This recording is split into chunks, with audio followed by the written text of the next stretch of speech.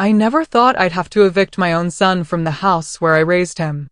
But when his wife decided she was going to kick me out of my own bedroom, well, sometimes you have to teach people that kindness isn't the same thing as being a pushover. Before we continue, please subscribe and hit that notification bell. And let us know where in the world you're watching from in the comments. My name is Constance, I'm 66 years old, and this is the story of how I learned that some battles choose you, whether you're ready for them or not. 3 years ago, I became a widow when my husband of 38 years passed away from a heart attack. One day, he was tending to his roses in our backyard. The next day, I was picking out a casket. Life has a cruel way of teaching you that nothing lasts forever, especially the good things. This house has been my sanctuary for 35 years. Every single mortgage payment came from our bank account. Every repair, every upgrade, every memory soaked into these walls happened because my husband and I built this life together, brick by brick, paycheck by paycheck. When he died, I thought about selling, moving somewhere smaller, but I couldn't bear the thought of strangers living in the place where we'd raised our children, where we'd celebrated birthdays and anniversaries, where he'd taken his last breath in our bedroom upstairs. Speaking of that bedroom, after my husband's funeral, I turned our master suite into something sacred. I kept his side of the closet exactly as he'd left it. His cologne still sits on the dresser. I created a reading corner by the window where I could sit with my morning coffee and watch the sunrise paint the sky the same colors he used to point out to me. It became my healing space, my quiet refuge where I could cry when I needed to, laugh at memories when they came, and slowly learn how to live as half of what I'd always been. My son Gregory has always been what you'd call a good man, or at least I thought so. He calls every Sunday, remembers my birthday, visits for holidays. He married Sasha 2 years ago in a beautiful ceremony that cost more than my first car. She seemed pleasant enough then, always smiling, always agreeable, the kind of woman who says all the right things at family gatherings. But you know what they say about first impressions being deceiving? Well, that's a lesson I learned the hard way. 6 months ago, Gregory and Sasha showed up at my front door on a rainy Thursday evening, suitcases in hand and desperation in their eyes. Just temporary, Mom, Gregory promised, his voice carrying that same tone he'd used as a teenager when he was in trouble. They'd downsized, which I later discovered was a polite way of saying they'd been living beyond their means for months and finally got evicted from their upscale rental apartment. Apparently, Sasha had expensive tastes and Gregory had expensive guilt about not being able to provide them. Now, I want you to understand something about me. I'm not the kind of mother who turns her back on her children when they're struggling. When your son stands on your doorstep, soaking wet and clearly embarrassed, asking for help, you don't slam the door in his face. You open your home, you open your heart, and you trust that the values you raise them with will guide them through their temporary hardship. So that's exactly what I did. I gave them the guest bedroom, a perfectly comfortable space with a queen-sized bed, a decent closet, and its own bathroom. I told them to take all the time they needed to get back on their feet. No rent, no timeline, no questions asked. Just a mother helping her child the way mothers have done since the beginning of time. I even cleared out the guest room closet completely, moved my seasonal decorations to the basement, and made sure they had fresh towels and new bedding. I wanted them to feel welcome, to feel loved during what I knew was a difficult time for them. But here's where things started getting interesting. Sasha's gratitude lasted exactly 2 weeks. By week 3, the complaints began. Small ones at first, the kind that make you think maybe you're being oversensitive. The guest room closet is so cramped, she'd mention while doing her makeup in the hallway mirror. I can barely fit half my clothes in there. Then it escalated to comments about the room size. It's just so tight in there, Constance. I wake up feeling claustrophobic. I tried to be understanding. Moving in with your mother-in-law can't be easy for any woman, especially one who's used to having her own space. So I suggested we look into getting some organization systems for the closet, maybe some space-saving hangers. I even offered to pay for it. But my helpfulness seemed to make things worse, not better. The passive-aggressive comments started around week 4. You know, Constance, in most families, the young couple gets the master bedroom. She'd say this while standing in my kitchen, drinking coffee from my favorite mug, as if she was just making casual conversation. I mean, you don't really need all that space, do you? It's just you up there in that big room. I'd bite my tongue and change the subject, thinking maybe she was just feeling displaced and emotional about their situation. After all, losing your home is traumatic. I told myself to be patient, to show grace, to remember that hurt people sometimes hurt people without meaning to.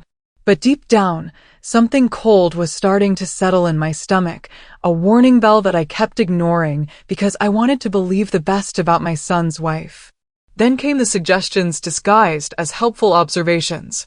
Constance, have you ever thought about how much easier it would be for you to manage a smaller space? All those stairs to the master bedroom must be exhausting at your age. At my age. Those 3 words hit different every time she said them, like tiny paper cuts that sting more than they should. Gregory, bless his heart, seemed oblivious to his wife's campaign. Or maybe he was willfully blind to it. When I'd mention her comments to him, he'd shrug and say, "She's just trying to be helpful, Mom. She's used to organizing spaces efficiently." Efficiently. As if my 35 years of living in my own home had been some kind of inefficient mistake that needed correcting. The breaking point came on a Tuesday afternoon that started like any other day. I'd gone to my weekly book club at the library, something I'd been doing for 15 years. We were discussing a mystery novel about family secrets, which now seems ironically appropriate.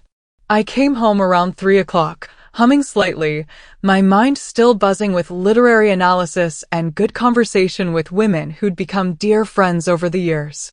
I walked through my front door, set my purse on the hall table like I'd done thousands of times before, and heard something that made my blood freeze. Footsteps. In my bedroom. Above my head. Heavy footsteps that definitely weren't Gregory's tentative shuffle. These were purposeful, measured, the kind of steps someone takes when they're planning something.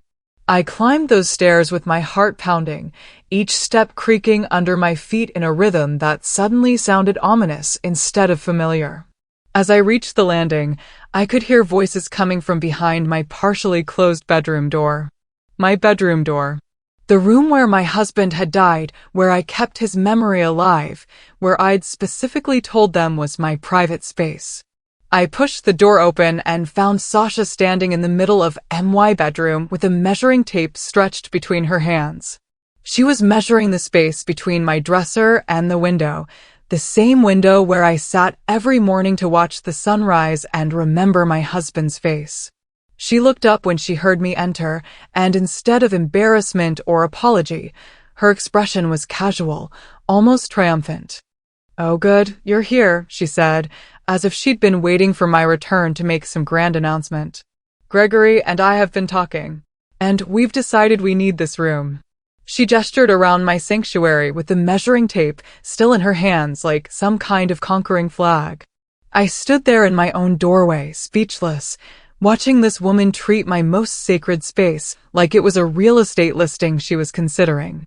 My husband's cologne bottles caught the afternoon light on the dresser behind her. The reading chair where I'd cried through my grief sat in the corner, witness to this unbelievable scene. But Sasha wasn't finished. Oh no, she was just getting started. "You can take the guest room," she continued, her tone suggesting she was being generous with this arrangement. "You don't need all this space at your age anyway. It's just practical, really." There were those words again. At your age. Like my age somehow disqualified me from comfort in my own home.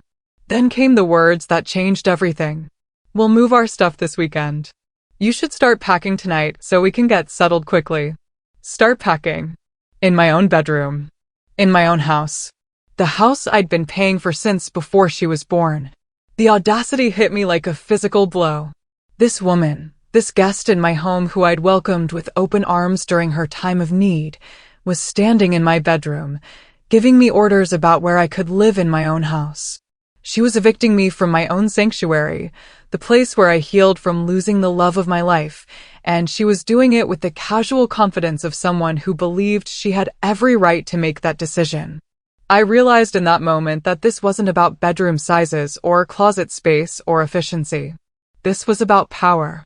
This was about a woman who felt entitled to take whatever she wanted, whenever she wanted it, from whoever was too polite to stop her. This was about someone who looked at my kindness and saw weakness, who looked at my grief and saw opportunity. But here's what Sasha didn't know about me. Here's what she'd miscalculated in her little power play. I didn't get to 66 years old by being a pushover. I didn't survive 38 years of marriage, raise 2 children, bury my husband, and rebuild my life by letting people walk all over me. I'd just been choosing my battles carefully, and apparently, this woman had just declared a war she wasn't prepared to fight. I didn't scream. I didn't cry. I didn't even argue.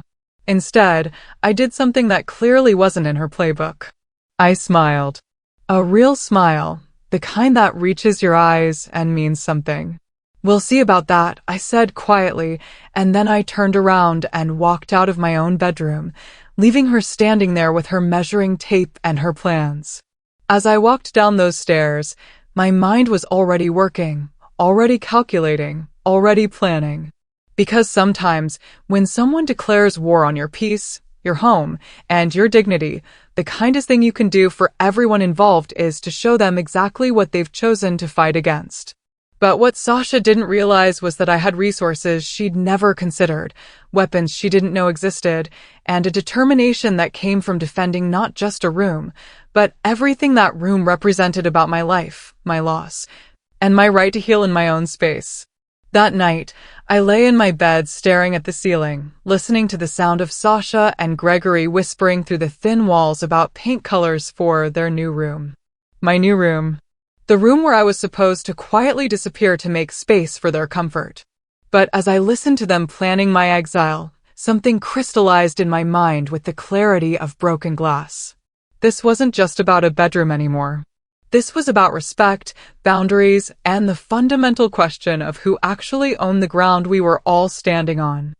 Have you ever had a moment where you realize you've been playing chess while your opponent has been playing checkers? Where you suddenly understand that what you thought was kindness, they saw as weakness. That's exactly what happened to me in those dark hours before dawn. I realized that Sasha hadn't just crossed a line, she'd obliterated it, and she'd done it with the confidence of someone who believed I was too old, too tired, and too grateful for their company to fight back. But here's what she didn't understand about women my age. We've survived decades of battles she hasn't even imagined yet. We've buried husbands, raised children through impossible circumstances, and learned that sometimes the quietest person in the room is the most dangerous one to underestimate. I'd been choosing peace over conflict, but Sasha had just made that choice for me. The next morning, I did something I hadn't done since my husband's funeral. I called our family attorney, Mr. Rodriguez. He'd been handling our legal affairs for over 20 years, had drawn up our wills, managed property transfers, and guided us through every major decision that required legal wisdom. If anyone would know how to handle this delicate situation, it would be him. Constance, his familiar voice carried the warmth of old friendship when he answered. "How are you holding up? How can I help you today?" There was something comforting about talking to someone who remembered me as half of a couple, who understood the weight of the decisions I'd been making alone for 3 years. I explained the situation carefully, methodically, the way my husband had taught me to present facts when emotions were running high. I told him about the invitation I'd extended, the gratitude that had curdled into entitlement, and the measuring tape scene that had changed everything. As I spoke, I could hear him taking notes, the scratch of his pen against paper creating a rhythm that somehow made the whole situation feel more manageable. "Constance," he said when I finished, his voice carrying a tone I'd never heard before, something between amazement and professional excitement. "Do you realize what kind of legal position you're in here?" I told him I didn't, which was why I was calling him. "They're not tenants in your home. They're guests. Legal guests who have overstayed their welcome and are now making demands on your property." He explained it to me in terms that made my pulse quicken with possibility. In our state, because Gregory and Sasha paid no rent, had no lease agreement, and had been in my home for less than a year, they had no tenancy rights whatsoever. They were guests, the same as someone who'd stayed too long after a dinner party, except this dinner party had lasted 6 months, and now the guests were trying to redecorate the dining room. What does that mean practically? I asked, though I was beginning to suspect I already knew the answer. It means you can ask them to leave with 30 days' notice. After that, if they refuse to go, they're legally trespassing on your property. He paused, letting that sink in. Would you like me to draft the paperwork? Professional legal, completely by the book. Something shifted inside me as he spoke, like a door I'd been holding closed finally swinging open. This wasn't about being cruel or vindictive. This was about protecting my home, my sanctuary, my right to grieve and heal in peace. This was about teaching someone that kindness has limits, and when you cross those limits, there are consequences that no amount of tears or manipulation can undo. But before I made any decisions, I needed to understand exactly who I was dealing with. Because something told me that Sasha's behavior in my home wasn't an isolated incident. People don't develop that level of entitlement overnight.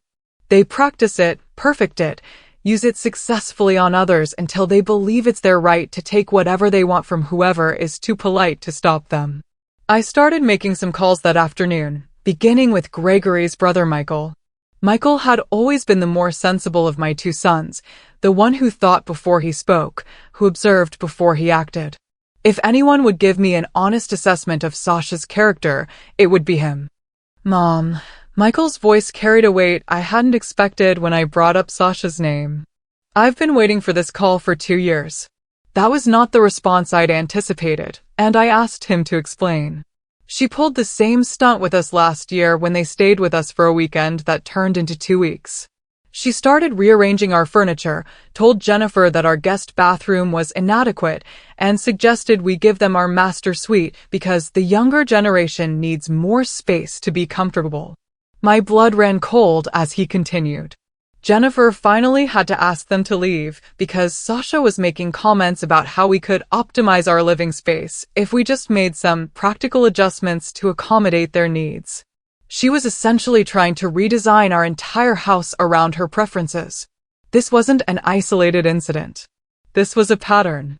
Sasha was a woman who moved through the world believing that other people's homes, other people's spaces, other people's kindness existed for her convenience and comfort. She was someone who took advantage of family connections and social politeness to get what she wanted, and she'd probably never faced real consequences because most people are too uncomfortable with conflict to stand up to someone who's technically family. But I needed more information before I acted. I started paying attention in ways I hadn't before. That evening, while they thought I was watching television in the living room, I listened to their conversations with new ears. Sasha was on the phone with someone, probably her sister, describing the house renovations she was planning.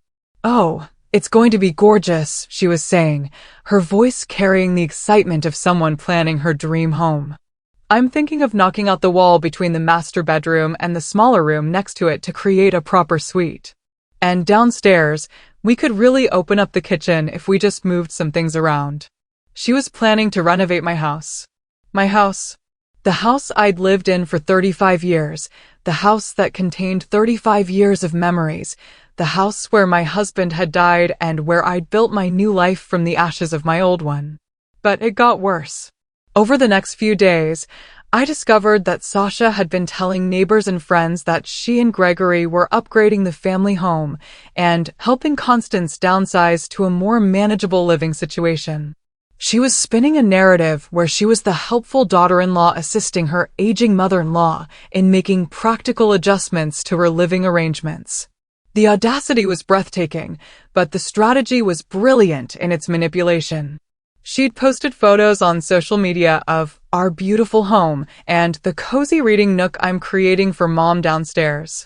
She was documenting her takeover of my house in real time, creating a digital paper trail that made it look like this was all my idea, like I was a willing participant in my own displacement.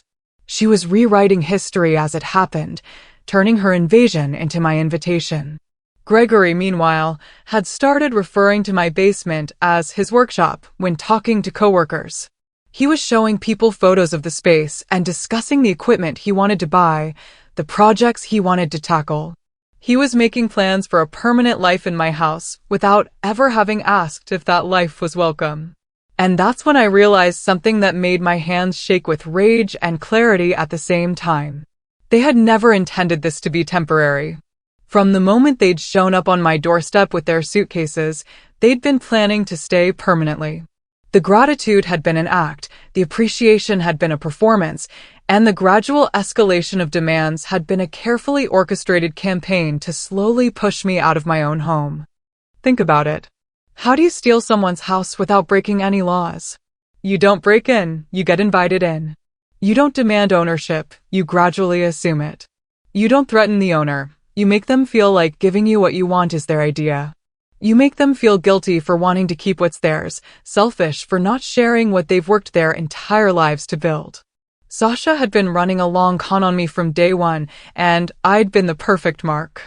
A lonely widow with a big house, a generous heart, and a son who'd already proven he couldn't stand up to his wife's manipulation. She'd probably calculated exactly how long it would take to wear me down, how many small complaints and passive-aggressive comments it would take before I'd suggest the bedroom swap myself just to keep the peace. But here's what she'd miscalculated. She'd assumed I was weak because I was grieving. She'd confused kindness with stupidity, hospitality with surrender. She'd looked at my age and my loss and seen someone who would be grateful for any company, even company that was slowly stealing everything I held dear. The next morning, I called Mr. Rodriguez back. Draft the papers, I told him, my voice steady with a resolution that surprised even me. I want them served formally, legally, with no room for misunderstanding or manipulation. Are you sure, Constance? He asked, and I could hear the concern in his voice. This is going to create serious family conflict. Gregory is your son. Gregory is my son, I agreed, but this house is my home. And if he's going to stand by while his wife steals it from me piece by piece, then he's made his choice about where his loyalty lies. I'm just making sure he understands the consequences of that choice. But I wasn't done gathering intelligence. I needed to understand exactly how deep this deception went, how long they'd been planning this takeover, and what other lies they might be telling. So I did something I'd never done before in my 66 years of life. I started spying on the people living in my own house. I began listening at doors, checking their browser history on my computer, and paying attention to phone calls they thought I couldn't hear. What I discovered made me realize that this situation was even worse than I'd imagined. Sasha had been in contact with a real estate agent about updating the property for resale value. She'd been researching my house's worth, looking into renovation costs, and discussing inheritance planning with financial advisors. She wasn't just trying to take my bedroom. She was trying to take my house. She was positioning herself to eventually inherit or purchase my property, probably planning to push me into a nursing home or senior living facility once she'd made my current living situation uncomfortable enough. She was playing a long game that would end with me homeless and her holding the deed to everything my husband and I had built together. The betrayal cut deeper than anything I'd felt since my husband's death. This woman had looked at my grief, my loneliness, my maternal love for my son, and she'd seen opportunity. She'd seen a mark, a target, someone whose kindness could be weaponized against her. She'd been studying me like a predator studies prey, learning my weaknesses, my vulnerabilities, the exact pressure points that would make me give up everything I'd worked for without a fight. But what Sasha didn't know about me, what she'd failed to research in all her careful planning, was that I'd learned something important during my 38 years of marriage. I'd learned that sometimes the most loving thing you can do for someone is to let them face the consequences of their choices. Sometimes protection becomes enabling, and kindness becomes cruelty if it prevents someone from learning lessons they desperately need to learn. My husband used to say that respect isn't given, it's commanded. And you command respect not through aggression or manipulation, but through boundaries that you enforce consistently and fairly. Sasha had been testing my boundaries for 6 months, pushing a little harder each time, seeing how much she could take before I'd finally say enough. Well, now she was about to find out what enough looked like when it came from someone who'd spent 66 years learning exactly how much she was willing to tolerate. But even as I made my plans, even as I prepared to take action that would change everything, I found myself wondering about Gregory. How much of this was his idea? How much did he know about his wife's long-term plans? Was he a willing participant in this systematic dismantling of my autonomy, or was he another victim of Sasha's manipulation? Because here's what was really keeping me awake at night. What was making this situation so much more complicated than a simple property dispute? I was about to wage war against my own son to protect my home from my daughter-in-law. I was about to choose my own dignity over my relationship with the child I'd raised, the boy I'd loved unconditionally for 34 years.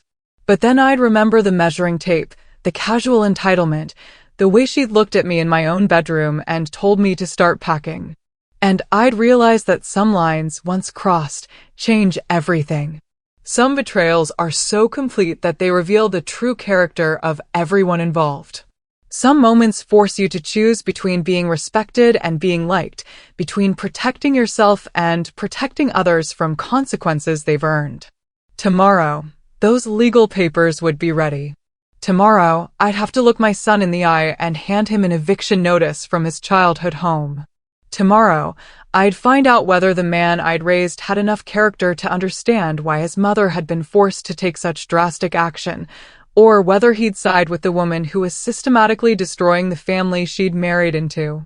But tonight, for the first time in 6 months, I was going to sleep peacefully in my own bedroom, in my own sanctuary, knowing that I'd finally stopped being a victim and started being a fighter. The morning I served those eviction papers will forever be etched in my memory as the day I stopped being a victim and started being the owner of my own life again.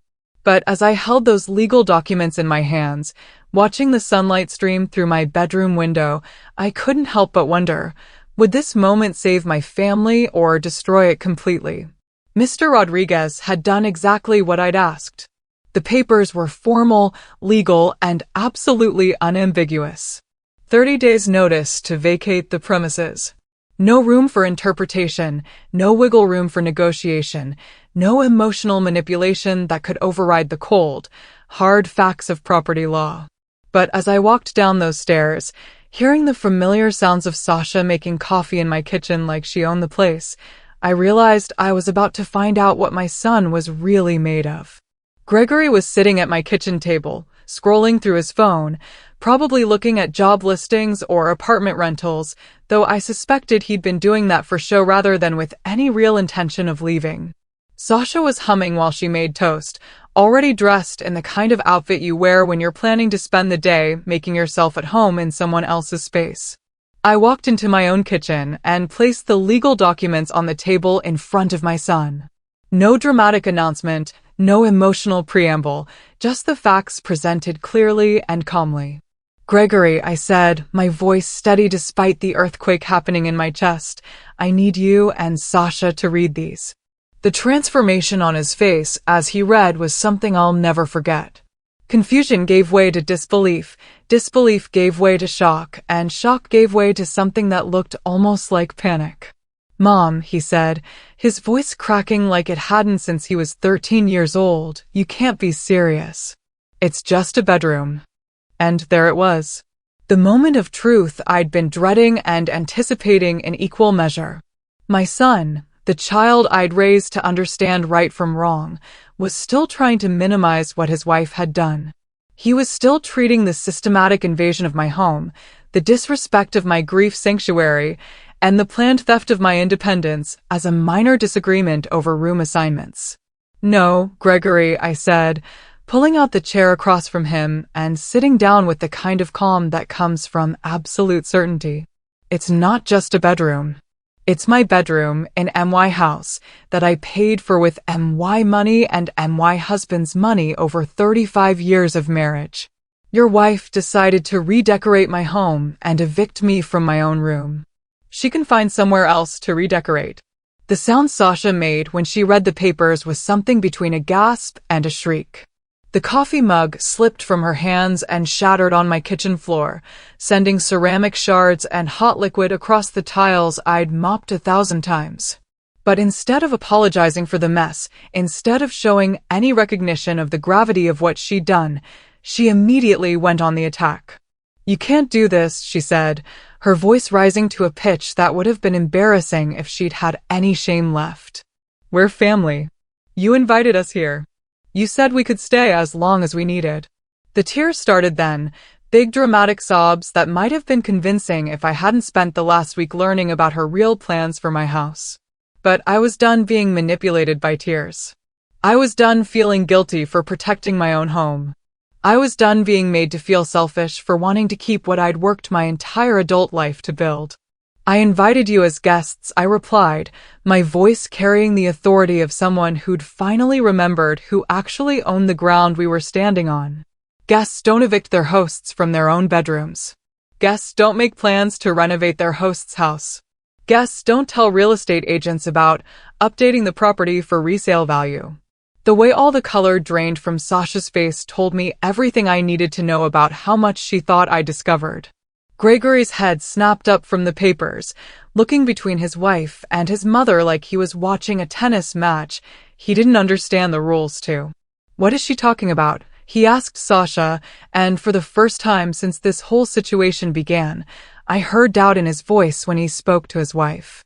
"I was just researching," Sasha stammered, the tears drying up as quickly as they'd appeared. "I wanted to help increase the property value for Constance. I was trying to be helpful." Even her lies were getting weaker, more desperate, like someone grasping at straws while drowning. "Helpful," I repeated, letting the word hang in the air like smoke from a fire. "Is that what you call telling your sister you were planning to knock out walls? Is that what you call posting photos of our beautiful home on social media? Is that what you call telling neighbors you were helping me downsize to a more manageable living situation?" The silence that followed was deafening. Gregory stared at his wife with an expression I'd never seen before, like he was looking at a stranger wearing a familiar face. Sasha's mouth opened and closed several times, but no words came out. For maybe the first time in her adult life, she'd been caught so completely that even she couldn't spin the situation in her favor. "You have 30 days, I continued, standing up from my chair with the kind of dignity that comes from knowing you're absolutely in the right. "The law is clear, the papers are legal, and my decision is final. I suggest you use those 30 days to find somewhere else to live and to think about what kind of person you want to be going forward." But Sasha wasn't finished. Oh no, when cornered, some people fight harder, and she was definitely that kind of person. Over the next few days, she tried every manipulation tactic in the book. The tears came first, big sobbing sessions where she'd apologize and promise to be more respectful, to be grateful, to remember her place as a guest in my home. When that didn't work, she tried guilt, talking about how stressful their financial situation was, how they had nowhere else to go, how family should support family during difficult times. When guilt failed, she moved on to anger, accusing me of being cruel, heartless, and vindictive. She told me I was destroying Gregory's life, ruining their marriage, and proving that I'd never really accepted her as family. She said I was a bitter old woman who couldn't stand to see young people happy. She accused me of being jealous of their relationship and trying to break them up out of spite. Gregory, to his credit, seemed increasingly uncomfortable with each of his wife's performances. I could see him watching her with new eyes, noticing things he'd apparently been blind to before. The way she never took responsibility for anything, the way she always made herself the victim, the way she tried to weaponize his love for her against his respect for his mother. But what really sealed the deal was when Gregory overheard Sasha on the phone with her sister, talking about that stubborn old woman and how she was going to make her pay for this humiliation. She was planning some kind of retaliation against me, some way to punish me for daring to protect my own home. That's when my son finally saw his wife's true character, and it wasn't a pretty picture. "We'll fight this," Sasha announced on day 10, having apparently consulted with someone who'd given her bad legal advice. "We have rights. We've been living here for 6 months. You can't just throw us out on the street. She seemed to think that volume and determination could override property law and legal documentation. That's when I made a phone call that changed everything. I called my other son Michael and asked him to come over for dinner. When he arrived and saw the tension in the house, saw Sasha's red-rimmed eyes and Gregory's shell-shocked expression, he immediately understood what was happening. She tried the same thing with us, he told Gregory over dessert, his voice carrying the weight of experience. The measuring, the comments about space, the suggestions about who should have which room. Jennifer finally had to ask them to leave, because Sasha was essentially trying to redesign our entire house around her preferences. The look on Gregory's face as his brother spoke was heartbreaking and enlightening at the same time. He was finally understanding that his wife's behavior wasn't an isolated incident caused by stress or displacement. This was who she was, how she operated, her standard method of taking advantage of family connections and social politeness to get what she wanted. How many other relatives has she done this to? Gregory asked quietly, and Michael's expression told him everything he needed to know. This wasn't about my house or my bedroom or my age. This was about a woman who moved through the world believing that other people's homes, other people's boundaries, and other people's kindness existed for her convenience and benefit. Day 20 brought the sheriff's deputy, who would oversee the eviction if it came to that. I'd requested the visit to make sure everyone understood that this wasn't an empty threat or a negotiation tactic. This was a legal process that would proceed with or without their cooperation. The deputy was professional, courteous, and absolutely clear about what would happen if they weren't gone by day 30. Sasha tried to charm him, to convince him that this was all a misunderstanding, that I was an elderly woman who didn't understand what I was doing. But the deputy had seen this kind of situation before. Ma'am, he told her with the patience of someone who dealt with entitled people his entire career, this is her house. She's followed all the proper legal procedures, and you need to make arrangements to leave by the specified date. That evening, I heard the fight that ended their marriage. It wasn't dramatic or passionate, just the sad, tired argument of two people who'd finally seen each other clearly. Gregory accused Sasha of using him to take advantage of his family. Sasha accused Gregory of not being man enough to stand up to his controlling mother. They both said things that couldn't be unsaid, revealed feelings that couldn't be hidden, and crossed lines that couldn't be uncrossed. But do you want to know what the real turning point was? It wasn't the legal papers or the sheriff's visit or even the family testimonies about Sasha's pattern of behavior.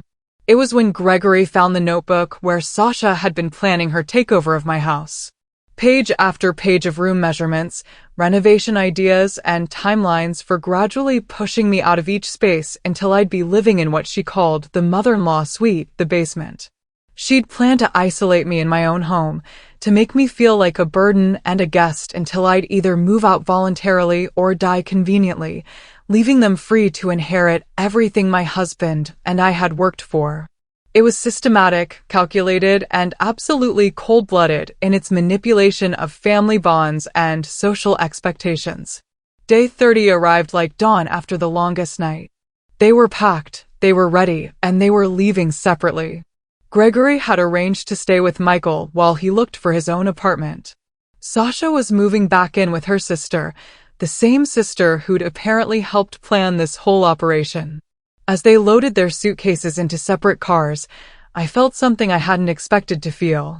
Relief, yes, but also a deep sadness for the family that could have been but never was. Gregory paused at my front door before leaving. "Mom," he said, his voice carrying the weight of every mistake he'd made over the past 6 months. "I should have seen what she was doing.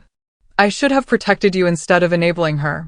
He looked older somehow, worn down by the realization that the woman he'd married had been systematically destroying his family relationships for her own benefit. "I should have set boundaries with Sasha from the beginning," he continued. "I forgot this was your home, your sanctuary, your space to grieve and heal. I let her convince me that your kindness was something we were entitled to rather than something we should have been grateful for." The apology in his eyes was genuine, the regret real, but some lessons can only be learned through consequences. "Can you forgive me?" he asked, and I saw the little boy who used to apologize for breaking my favorite vase, who'd always been more sorry for hurting my feelings than for whatever damage he'd actually caused. "Gregory," I said, putting my hand on his cheek the way I had when he was small, "forgiveness isn't the question here. The question is what you've learned and what you're going to do differently going forward. Because that's what real love looks like sometimes. It's not protecting people from the consequences of their choices, it's helping them grow from those consequences into better versions of themselves." 3 months later, Gregory and Sasha were officially divorced.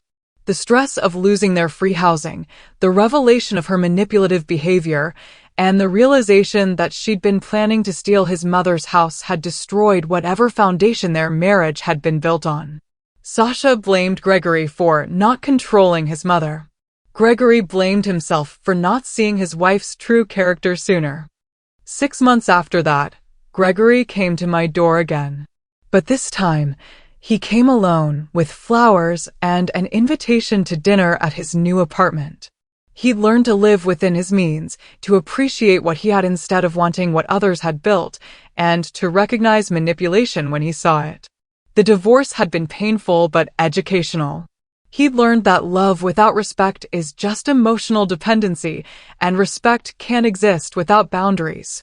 "I've been thinking about Dad," he told me over coffee in my kitchen, sitting at the same table where I'd served those eviction papers.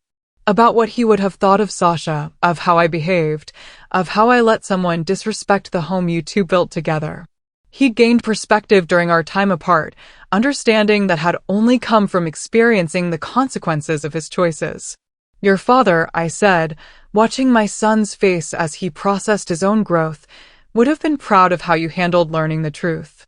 It's not easy to admit you've been manipulated, that you've enabled someone to hurt people you love. That takes character."